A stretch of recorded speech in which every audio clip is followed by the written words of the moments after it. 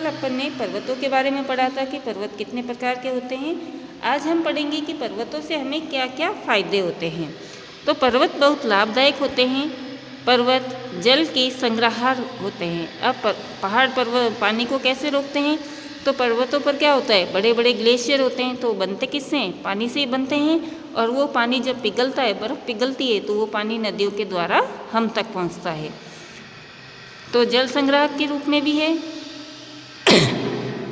बहुत सी नदियों का स्रोत पर्वतों में स्थित हिमानियों से होता है। और जैसे ये गंगा है, यमुना है, ये जो बड़ी बड़ी नदियाँ ये कहाँ से निकल रही है?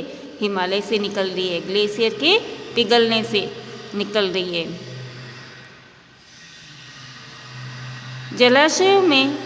जलाशयों के जल को लोगों तक पहुँचाया जाता है।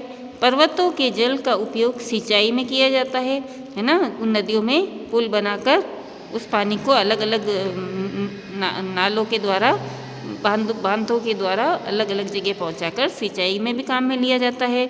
और इससे बिजली उत्पादन भी किया जाता है। नदी, घाटियाँ तथा वेदिकाएँ कृषि के लिए उपयुक्त होती है।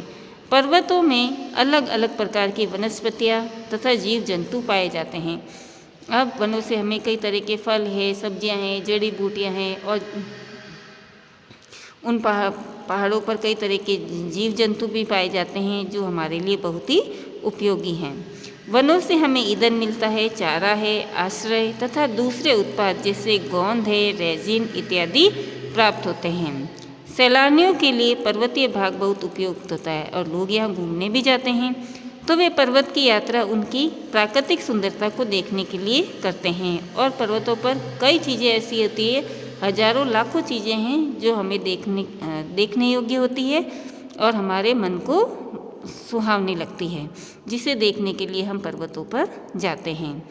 फिर विभिन्न प्रकार के खेल जैसे paragliding, hand gliding, river rafting तथा स्कीइंग पर्वतों के प्रचलित खेल हैं। और इन पर्वतों पर कई तरह के गेम्स भी किए जाते हैं।